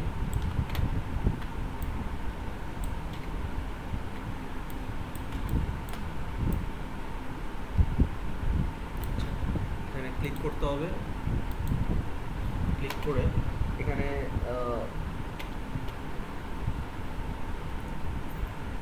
এই যে অপশনটা আসলো এখান থেকে পিক্সেল স্ন্যাপ টু পিক্সেল ওয়াইল মুভিং এটাকে আনচেক করে ওকে ক্লিক করে দিতে হবে। তাহলে এটা পিক্সেল টু পিক্সেল মুভ হবে না, এটা ম্যানুয়ালি মুভ করতে পারবো, দ্যাটস ইট। সো এই যে মুভ করলাম, এই যে পজিশন মতো বসালাম, এবং একইভাবে আপনারা লক্ষ্য করছেন যে এখানে একটা গ্যাপের সৃষ্টি হয়েছে এবং এখানে একটা গ্যাপের সৃষ্টি হয়েছে। এই গ্যাপটাকেও আমরা চেঞ্জ করে ফেলতে পারি। আমরা একটু জুম করি, এই গ্যাপটাকে হালকা একটু বামের দিকে যদি নিয়ে আসি, সরি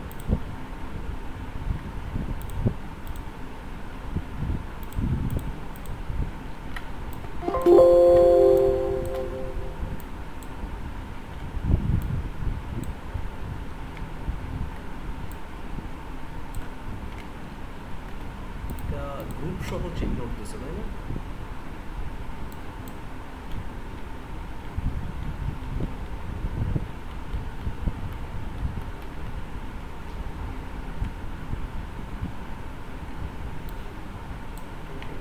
কন্ট্রোল জি, কন্ট্রোল এফ, অলরাইট। আচ্ছা, আমরা এটাকে আগে এই বরাবর অ্যালাইন করে নিই, এরপর এটাকে উপর নিচ করব। এটাকে সিলেক্ট করি, এটাকে সিলেক্ট করে আমরা এই বরাবর অ্যালাইন করে নিলাম। যেখানে একটু গ্যাপ আছে এই গ্যাপটাকে ফিল আপ করে দিব।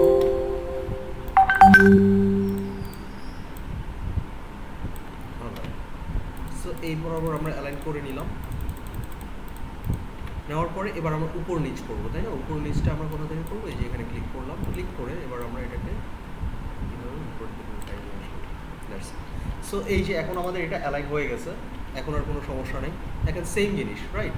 এবার আমাদের নেক্সট যে কাজটা, এটার কালারটাকে আমাদেরকে একটু চেঞ্জ করে নিয়ে আসা, এটার কালারটাকে একটু ডার্ক কালার করে নিয়ে আসা। এই ডার্ক কালার করার জন্য আমরা একটা কাজ করতে পারি, সেটা হচ্ছে গিয়ে এই যে কালারটা আছে এইটা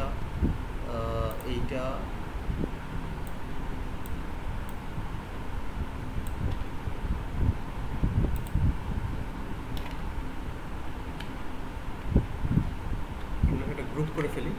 গ্রুপ করে আমরা এটাকে ডার্ক কালার করার জন্য একটা কাজ করতে পারি। সেটা কি কাজ? সেটা হচ্ছে কি এটাকে জাস্ট একটা কপি করে নিয়ে এসে আমরা এখান থেকে ইউনাইট করে নিতে পারি। ইউনাইট করে আমরা এখানে কালারটাকে দিয়ে দিতে পারি একটু গ্রিন কালার, বা হচ্ছে গিয়ে এই যে এই কালারটা বা এই কালারটাকে আমরা আরেকটু এই কালারটা নিয়ে আসতে পারি। এই কালারটা নিয়ে এসে আমরা জাস্ট এই দুটা কালারকে সিলেক্ট করে এইভাবে অল্টার বাটন প্রেস করে আমরা এইভাবে টপে নিয়ে আসতে পারি। নিয়ে আসার পর এখান থেকে আমরা ক্লিক করে এখানে অপাসিটিতে ক্লিক করে আমরা যদি মাল্টিপ্লাইতে ক্লিক করি তাহলে কিন্তু এটা একটু ডার্ক হয়ে যাচ্ছে, এভাবে একটু ডার্ক হয়ে যাবে। এরপরে আমরা এই কালারটাকে ক্লিক করে এটার অপাসিটিটাকে আমরা যদি একটু কমিয়ে নিয়ে আসি তাহলেই কিন্তু এটা মোটামুটি একটু ডার্কনেস কাজ করবে এটার মধ্যে। এটা একটু অন্য কালার চলে আসবে, এটা একটু অন্য কালার চলে আসবে। সো দ্যাটস দ্য থিং, এইভাবে করে আপনারা করবেন আর কি। প্রথম জিনিসটা হচ্ছে গিয়ে কি, প্রথম কাজটা হচ্ছে গিয়ে আপনাদেরকে যেটা বুঝতে হবে সেটা হচ্ছে গিয়ে এটার এক্স্যাক্ট শেপ কোনটা, এটার অ্যাকুরেট শেপ কোনটা, সেই জিনিসটা একটু দেখতে হবে যে এটার অ্যাকুরেট শেপ অ্যাকচুয়ালি কী। অ্যাকুরেট শেপটা হচ্ছে এটা একটা রেক্ট্যাঙ্গেল করার পরে এটা রাউন্ডেড রেক্ট্যাঙ্গেল করা হয়েছে। রাউন্ডেড রেক্ট্যাঙ্গেল করার পর এটার ভেতরে কয়েকটা জায়গায় কাটিং করা হয়েছে আপনার এই শেপ বিল্ডার টুল দিয়ে। কাটিং স্যার আমি ওই কাটিং করতে গিয়েই আসলে হজবরল করে ফেলছি। আপনারা যেভাবে আসলে বুঝে কাটছেন আমি কাটতেই পারিনি, তার কারণে আসলে ভাবলাম আপনাকে দিয়ে কাটিংটাই আসলে একটু বুঝে করলেই হয়ে যাবে আর কি। যদি আপনার মনে হয় যে একসাথে 3টা করে কাটতে আমার খুব প্রবলেম হচ্ছে বা আমি বুঝতেছি না কিভাবে কাটবো, আপনি দুইটা করে কাটেন। হ্যাঁ, যেমন হচ্ছে কি আপনি ধরেন এই একটা রেক্ট্যাঙ্গেল নিলেন, নিয়ে এটাকে রাউন্ডেড করে নিলেন, এটাকে স্ট্রোকে নিয়ে আসলেন, স্ট্রোক সাইজটা একটু বাড়িয়ে দিই। এরপরে আপনি চিন্তা করেন যে এইভাবে একটা রোটেট করেন বা এইভাবে একটা রোটেট করলেন, sorry control C control F, then আমরা এইভাবে একটা রোটেট করলাম। সে আপনি এভাবে একটা রোটেট করলেন। সো এই যে দুইটা অবজেক্ট আসলো, দুইটা অবজেক্ট আসার পর এই দুইটাকে আগে আপনি কেটে নেন, দুইটা অবজেক্টকে আপনি আগে আলাদা করে নেন। দেন আপনি তিনটাতে যান। আমি যেভাবে এখানে তিনটা একসাথে ড্র করে নিয়েছিলাম, তিনটা, এরপরে আমি কেটেছি, সেম কাজটাও আপনারা করতে পারেন, নো প্রবলেম। এটা সহজ হয়, তিনটা একসাথে কাটলে তাড়াতাড়ি করা যায় আর কি কাজটা। সো এই আর কি। স্যার তিনটে একসাথে করলেই ভালো হয়, কিন্তু ওই যে বুঝে বুঝে কাটাটাই কঠিন আর কি। দেখেন, এই জন্য আমি আর পারি নাই রেখে আচ্ছা, এটাকে যদি আপনি মনে করেন এটা একটা অবজেক্ট, এটাকে আপনি একটা অবজেক্ট চিন্তা করবেন মনে মনে। সো এটা করার জন্য আপনি যে কাজটা করবেন, এটাকে যদি ফেলে দিতে চান তাহলে এটা ফেলে দিতে হবে, শুধু এইটা একটা অবজেক্ট রাখবেন। তাহলে এই অবজেক্টটা যদি রাখতে চান তাহলে এই টোটালটা একটা অবজেক্ট, এই এতটুকু আসবে, তাই না? এতটুকু কি আসবে টোটালটা? না, এটা টোটালটা এখানে এসে আবার এদিকে আসবে, এবং এদিকে আসলেও আপনার যেই জিনিসটা আছে এখানে একটু বুঝতে হবে জিনিসটা, এদিকে আসলো এই জায়গাটা কিন্তু আপনার হাইড হয়ে যাবে এই অবজেক্টটার কারণে। সো এই জায়গাটাকে আপনাকে কি করতে হবে? ডিলিট করে দিতে হবে। এই যে ডিলিট করে দিলাম, ডিলিট করে দেওয়ার পর এটা একটা অবজেক্ট, ঠিক আছে। এরপরে এখানে আবার ভাঁজ আছে, এখানে কিন্তু উপরের দিকে যাবে, এই উপরের দিকে আসলো, অলরাইট, উপরের দিকে আপনার এই শেপটা আসলো, আসার পরে আবার নিচের এই দিকটাতেও আসবে, এটাও আসবে, কিন্তু এই জায়গাটাতে দেখা যাবে না, এই জায়গাতে মাইনাস ক্লিক করে কেটে দিতে হবে। স্যার আমি বুঝতে পেরেছি এখন। আচ্ছা, সো এই আর কি বিষয়, এভাবে করে দিতে পারবেন। কালারটা একটু চেঞ্জ করে দিই।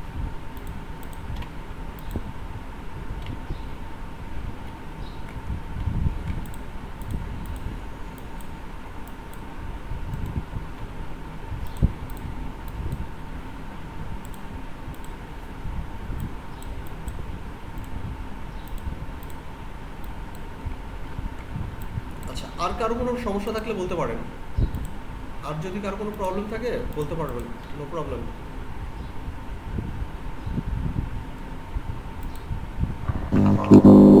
স্যার স্যার লোগো ডিজাইনে কোথাও কোথাও বাজেট $5 আর কোথাও হচ্ছে 10,000, তো এত ভেরিয়েশনের কারণ কি? আচ্ছা, লোগো ডিজাইনিং এর আসলে স্পেসিফিক কোনো ইয়ে নাই আপনার, মানে বাজেট নাই। সাধারণত আমরা মানে $20, $25, $10, $15, মানে এটা হচ্ছে একদম মিনিমাম প্রাইসিং। ম্যাক্সিমাম প্রাইসিং হয় আপনার $250, $300। তবে $10,000 যেটা বললেন এটা আসলে খুব রেয়ার এই ধরনের। 10,000ই তো বললেন, তাই না? জি স্যার।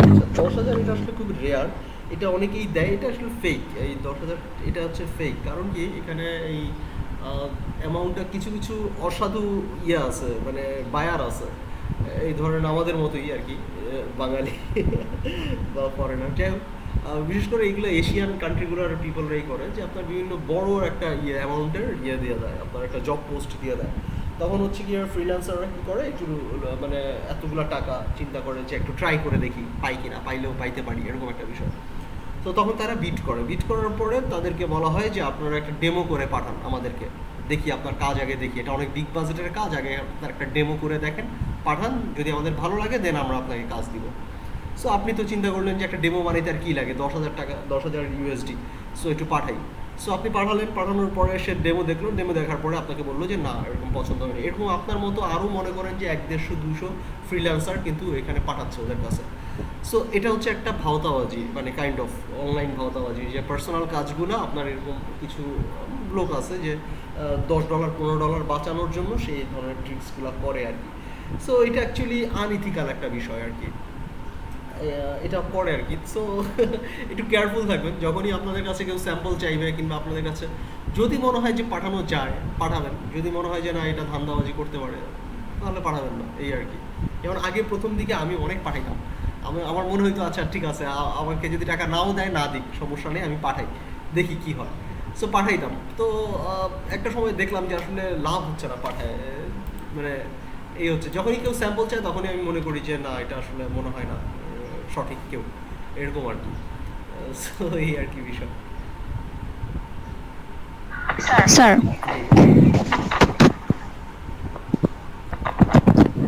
জি বলেন। স্যার হচ্ছে এটা অফ টপিকের কোশ্চেন, অনলাইনে হচ্ছে কাজের পোর্টফোলিও পাঠানোর কোনো ভালো ওয়ে আছে কি? মানে কিরকম ভাবে পাঠাবো পোর্টফোলিওটা? মানে কিসের পোর্টফোলিওটা পাঠাবেন যদি আরেকবার একটু বলেন। মানে যদি আমরা কোথাও আমাদের কাজের পোর্টফোলিও মেল করতে যাই, হ্যাঁ হ্যাঁ হ্যাঁ, তাহলে এক্ষেত্রে কি শুধু আমরা কাজের লিঙ্কগুলোকে পাঠিয়ে দিব, নাকি সাজিয়ে গুছিয়ে অন্য কোনো ওয়েতে পাঠানো যায়? আচ্ছা, এটা অবশ্যই সাজিয়ে গুছিয়ে পাঠাতে পারবেন। যেমনটা হচ্ছে কি আমি বলেছি যে আপনারা কি বলে আপনাদের যে ইয়েটা আছে এই যে আরে behance.com, dribbble.com, এইগুলো হচ্ছে কি পোর্টফোলিও শোকেসিং এর ওয়েবসাইট। এগুলোতে আপনারা পোর্টফোলিও শোকেস করতে পারবেন, বুঝতে পেরেছেন? সো ওই ওয়েবসাইটগুলোতে আপনারা কাজ করে ট্রাই করে দেখেন। আমার মনে হয় যে ওগুলো আপনাদের জন্য বেশি বেটার হবে কাজ করার জন্য। যেমনটা আমি একটু দেখাই, স্যার আমি এটা একটা ড্রিবেল অ্যাকাউন্ট, দেখেন একটা ড্রিবেল অ্যাকাউন্ট আমি একটু দেখাই দিচ্ছি আপনাদেরকে। dribble.com user, no problem. কাজ তো আসলে যখন আপনি কোথাও সিভি পাঠাবেন বা যখন কোথাও মানে পাঠাবেন, বায়ার রিকোয়েস্ট পাঠাবেন, বায়ার রিকোয়েস্টে আপনারা এই ড্রিবেল অ্যাকাউন্টের লিঙ্ক টিঙ্ক দিতে পারবেন না ফাইবারে, বাট আপওয়ার্কে কিংবা আপনারা এই যে আপওয়ার্ক ফ্রিল্যান্সারে সেখানে কিন্তু আপনারা বায়ারকে পাঠাইতে পারবেন, ঠিক আছে?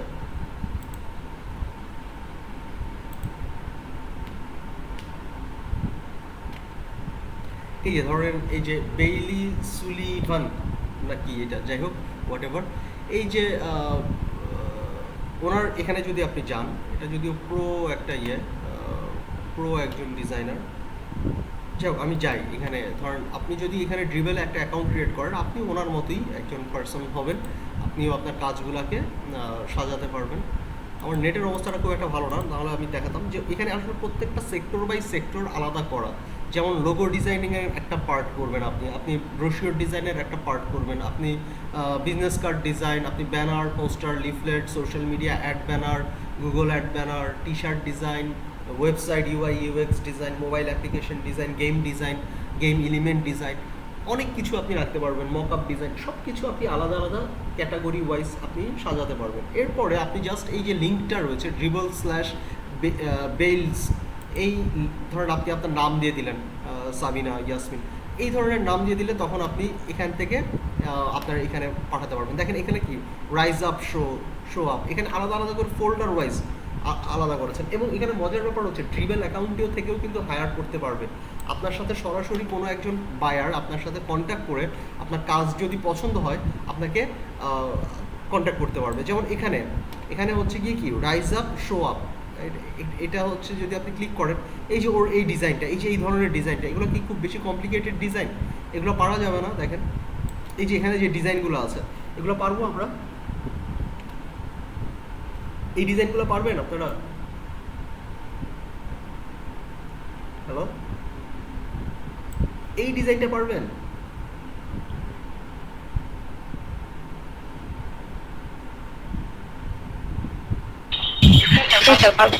এগুলো খুব কঠিন না আসলে, এগুলো পারা উচিত, কারণ এখন আমরা শেষ পর্যায়ে চলে আসছি। একটু প্র্যাকটিস করলে আমার মনে হয় পারবেন, এগুলো খুব কঠিন না। এই যে ডিজাইন করে যে এখানে মকআপে একটা ফুটবল বলছি, একটা স্যার শুনতে পাচ্ছি মাঝখানে, স্যার আপনার কথা। আচ্ছা, মানে কথা একটু আটকে আসতেছে, নেটওয়ার্ক প্রবলেম আসলে আজকে। সো এই আর কি, এভাবে করে আপনি আপনার কাজগুলোকে সুন্দর করে সাজায় গুছায় রাখতে পারবেন, কোনো সমস্যা নেই। এরপরে জাস্ট এই লিঙ্কটা আপনি যদি কাউকে পাঠিয়ে দেন, সে দেখে বুঝতে পারবে যে আপনি আসলে কী ধরনের কাজ করতে পারছেন। দেখেন টেস্কো ফাইনেস্ট, ও প্রত্যেকটা প্রজেক্ট বাই প্রজেক্ট আলাদা করেছে, কুকবুক মানে রান্নার বই, এভাবে প্রত্যেকটা আলাদা আলাদা করেছে। টাইগার্স, এখানে কি লিখেছে আমি জানি না, ও একটু ফ্লাওয়ার টাইপের ডিজাইন পছন্দ করে, মানে একটু ফুল লতা পাতা দিয়ে আলপনা টাইপের ডিজাইনগুলো ও বেশি পছন্দ করে, ম্যান্ডেলা টাইপের ডিজাইন। সো এই স্যার কথা কেটে আসে, কথা বুঝি না। আচ্ছা, হ্যালো, এখনো সমস্যা?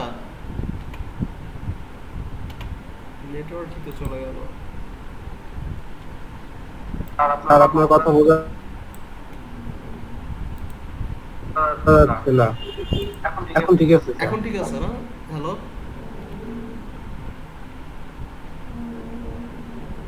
এখন ঠিক আছে কি? এখন শুনতে পাচ্ছেন আমার কথা? স্যার এখন শুনতে পাচ্ছি, এতক্ষণ কিছু শোনা যায় না। আচ্ছা, এখানে যখন আপনারা কাউকে পোর্টফোলিও পাঠাবেন, তখন জাস্ট এই যে এই ড্রিবেল অ্যাকাউন্টের যে জিনিসটা একটা রয়েছে, কোশ্চেন ছিল স্যার। এই জি স্যার এখন ঠিক আছে। ড্রিবেল অ্যাকাউন্টের যে ডিজাইনগুলো এইভাবে আপনি সাজাবেন আপনার কাজগুলো, তাহলে আপনার কাজগুলো দেখে যে কোনো মানে কোম্পানি বা যে কোনো ক্লায়েন্টেই সহজেই বুঝতে পারবে যে আপনার পারদর্শিতাটা কত, আপনি কতটুকু ভালো কাজ করেন, আপনার কাজের কোয়ালিটি কেমন, আপনি কি কি ধরনের কাজ করেন। যেমন এখানে একটা দোকানের মকআপ তৈরি করেছে, একটা দোকানের উপরে যদি এই ফুল লতা পাতা ডিজাইন করে প্রিন্ট করা হয় তাহলে কেমন লাগবে। এখানে একটা কি তৈরি করেছে, ওয়েডিং ওয়েবসাইট, এটা যাই হোক করেছে আর কি। সো এই যে জিনিসগুলো একটু ম্যান্ডেলা টাইপের ডিজাইন হচ্ছে গিয়ে, ডিজাইনে এই মানুষটা পারদর্শী। সো আমার যদি ম্যান্ডেলা টাইপের ডিজাইন, মানে এই যে ফুল লতা পাতা আলপনা টাইপের ডিজাইনগুলো আমাদের পছন্দ হয়। স্যার কথা শোনা যায় না স্যার। আচ্ছা, ঠিক আছে, অসুবিধা নেই, মেজর কিছু বলছি না, জাস্ট বেসিক একটা আইডিয়া দিচ্ছি। সো এই হচ্ছে গিয়ে বিষয়। এভাবে করে আমরা আমাদের পোর্টফোলিওটা সাজাবো ড্রিবেল অ্যাকাউন্টে। এরপরে আমরা জাস্ট এই লিঙ্কটাকে জাস্ট শেয়ার করে দিব। এই লিঙ্কে গেলেই আপনি জাস্ট লিখে দিবেন যে please check out my portfolio on Dribbble account. Dribbble account link is এটা /dribble.com/ আপনি আপনার ইউজার নেম, যেটা ইউজার নেমটাই হচ্ছে আপনার অ্যাকাউন্টের ইয়ে। সো এটাও একটা ছোট একটা ইয়ে দিবেন, নাম দিবেন। ইউজার নেম যত ছোট হবে মানে আপনার লিঙ্কটা তত ছোট হবে। সো এই হচ্ছে গিয়ে আপনাদের এই ড্রিবেল অ্যাকাউন্টের মাধ্যমে, কিংবা বিহ্যান্সের যে অ্যাকাউন্টটা রয়েছে behance.net,